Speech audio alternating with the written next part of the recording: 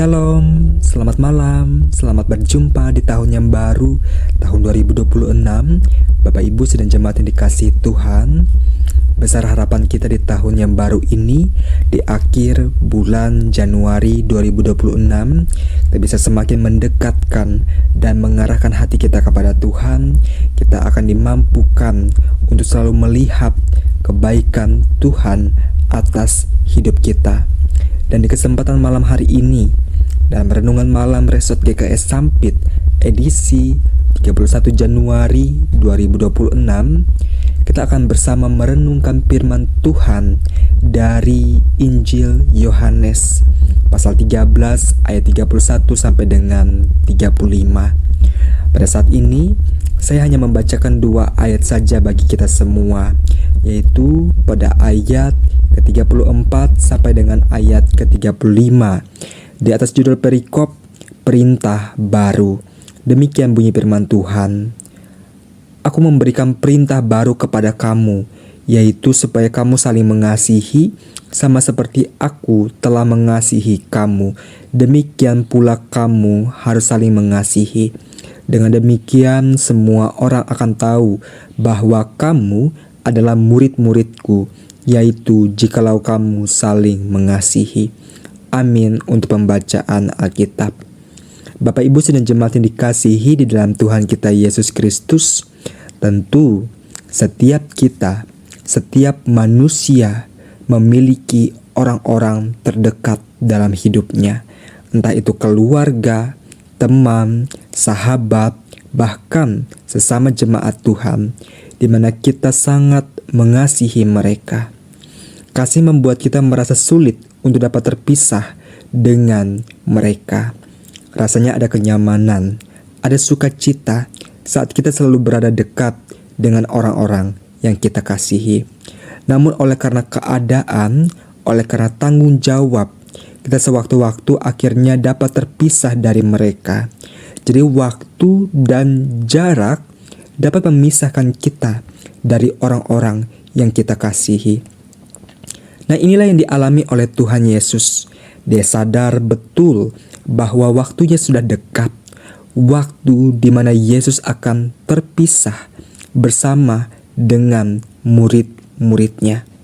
Meskipun waktu dapat memisahkan Yesus secara jasmani, namun waktu tidak dapat memisahkan kasih Yesus kepada murid-muridnya. Benar bahwa kebersamaan Yesus dengan para murid akan segera berakhir. Namun kasih mereka tidak akan pernah berakhir. Dalam kasih-Nya, Yesus memberikan suatu pengajaran yang sangat berharga bagi para murid, yaitu perintah baru. Suatu perintah yang berisikan tentang kehidupan untuk saling mengasihi. Bapak Ibu Saudara yang dikasihi Tuhan, perintah ini pun juga diajarkan langsung oleh Tuhan Yesus dalam hukum yang terutama yang bisa kita lihat dalam Injil Matius pasal 22 ayat 37 sampai dengan 40, di mana pengajaran Yesus memberikan suatu pemahaman bagi kita bahwa kasih itu menjadi suatu perintah yang baru. Lantas mengapa kasih dikatakan sebagai suatu perintah baru? Apa tujuannya dan apa maksudnya? Ini tentu masih ada kaitannya dengan konsep keselamatan dalam sudut pandang iman kita sebagai orang percaya. Dalam perintah yang lama, setiap orang itu diharuskan untuk hidup dalam bayang-bayang hukum Taurat. Harus mentaati hukum Taurat baru bisa diselamatkan. Konsep seperti ini itu artinya sangat bergantung pada usaha manusia, pada inisiatif manusia untuk dapat diselamatkan. Padahal sejatinya manusia diselamatkan itu karena kasih karunia Allah, inisiatif Allah yang menyelamatkan manusia. Jadi tanpa belas kasih Allah, manusia tentu tidak akan mampu menyelamatkan dirinya sendiri. Maka kita sebagai orang-orang yang telah menerima anugerah Allah, diselamatkan oleh Tuhan Yesus, kita akhirnya dapat menerima sesuatu yang baru, kehidupan yang baru, bahkan perintah baru di dalam pengajaran Yesus Kristus. Perintah yang mengajarkan kita untuk saling mengasihi, di mana segala hal yang diajarkan dalam perintah yang lama, yaitu hukum Taurat, itu sudah terpenuhi, sudah tergenapi dalam perintah yang baru, yaitu di dalam kasih kepada Allah maupun kepada sesama. Maka kita sebagai orang yang sudah dibenarkan di dalam kasih karunia Allah, kita dituntut untuk selalu hidup di dalam kasih Kristus. Perlu ditegaskan, semakin lama kita hidup di dalam kasih Kristus, dengan memiliki hubungan yang dekat dengan Kristus, terus hidup dalam persekutuannya, bahkan saat kita merindukan untuk lebih mengenal Kristus dalam firman-Nya, maka semuanya itu akan menolong kita untuk mencerminkan karakter Kristus yang penuh kasih dalam hidup kita.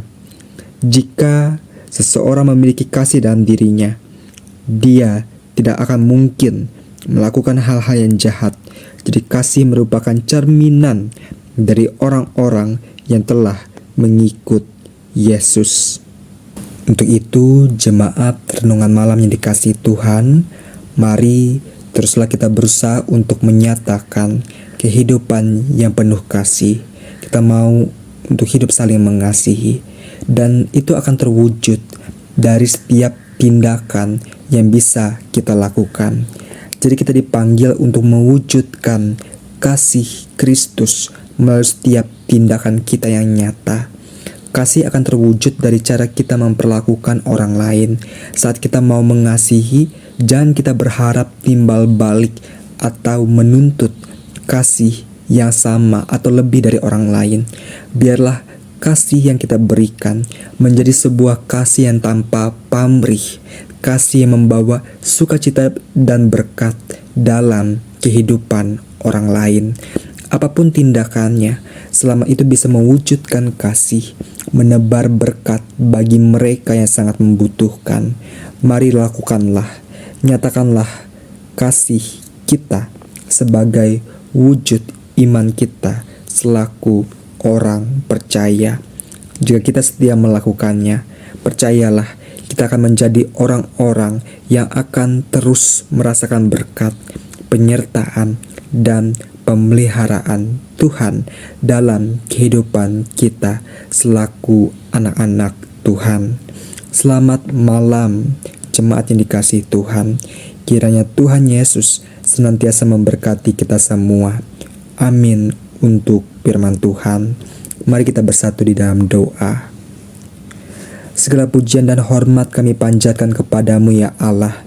Terima kasih atas firman-Mu yang mengajarkan kami untuk saling mengasihi, untuk selalu hidup berpadanan dengan kasih Kristus. Mampukanlah kami untuk setia melakukan kehendak Tuhan di dalam firman-Mu ini. Ya Bapa di sorga, saat ini kami menyerahkan kehidupan warga jemaat Tuhan, terkhususnya jemaat renungan malam GKE Sampit, hanya ke dalam kuasa-Mu ya Tuhan. Berkatilah kehidupan kami pribadi, lepas pribadi, pekerjaan kami, keluarga kami, dan apapun yang menjadi harapan kami. Biarlah Tuhan yang selalu memberkati dan memberikan segala yang terbaik atas hidup kami. Terima kasih Tuhan Yesus, kepadamu-lah kami senantiasa berseru dan berdoa. Amin. Selamat malam. Shalom.